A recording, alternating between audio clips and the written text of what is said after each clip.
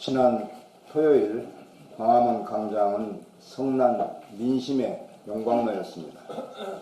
특히 2030 젊은이들은 돈도 실력이라는 최순실 딸 정윤아 때문에 참을 수 없어서 집회에 참가했다고 하고, 가장 분노하는 부분이 정유라 특혜 때문이라고 말합니다. 좋은 대학교에 입학하기 위해서 치열한 입시 경쟁에 시달렸고, 입학 후에도 취업난에 허덕이는 청춘들의 눈에는 최순실 모녀의 상식을 넘어선 영화 같은 각종 특혜가 절망감으로 다가왔다고 합니다. 돌이켜보면 지금 대통령에게 닥친 위기는 새로운 게 아닙니다. 그동안 최순실은 대포권 10여 개를 사용하면서 매주 국무회의 내용까지도 직접 보고받고 지시하면서 사실상 대통령의 행세까지 해왔으니 나라가 이 지경까지 왔다고 생각합니다. 지난 4년에 축적된 결과이자 그 연장선입니다. 대통령은 위기에 처할 때마다 솔직한 사과와 대화를 통해 대안을 찾으려 하지 않았습니다. 과거에도 그랬고 지금도 그렇게 하고 있습니다. 김병준 총리 내정자는 대통령이 자신에게 경제, 사회 부분을 맡기는 데 동의했다고 말하고 있습니다. 한강옥 신임 비서실장은 대통령이 계속 국정의 중심에 서겠다는 뜻을 분명히 했습니다. 그러나 국민들은 이미 대통령을 탄핵했습니다. 이제 대통령이 해야 할 일은 하루빨리 여야 대표와의 영수회담을 통해서 국정 혼란을 수습할 총리를 내정하고 검찰 조사에 성실하게 임하는 것입니다. 대통령이 스스로 국정에서 손떼지 않으면 제2의 4.19, 제2의 6월 항쟁에 직면하게 될 것입니다. 대통령 스스로 결단을 내리는 것이 나라와 국민을 위한 길입니다. 대통령은 피해자가 아니라 피의자입니다.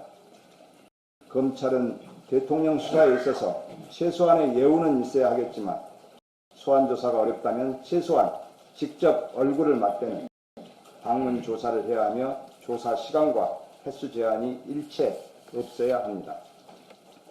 최순실, 안종범, 정호성 등 박근혜 게이트의 공범들이 구속되었지만 우병우 전 민정수석은 이제야 검찰 조사가 시작했습니다. 의혹 발생 3개월 만에 검찰 포토라인에 선 우병우는 질문을 하는 기자에게 레이저 광선을 쏘면서 여전히 무서울 것이 없다는 오만함을 보여주었습니다. 검찰은 박근혜, 최순실 게이트를 초래한 최고 책임자 우병우를 반드시 구속 수사해서 일각에서 제기되는 황제 수사의 우려를 불식시켜야 할 것입니다. 신뢰가 땅끝까지 떨어진 검찰에게 이번 박근혜, 최순실 게이트는 국민적 신뢰를 회복할 수 있는 절호의 기회입니다. 검찰이 국민의 관심이 집중되어 있는 이 시간에 두리번거려서는 안 됩니다. 지켜보겠습니다.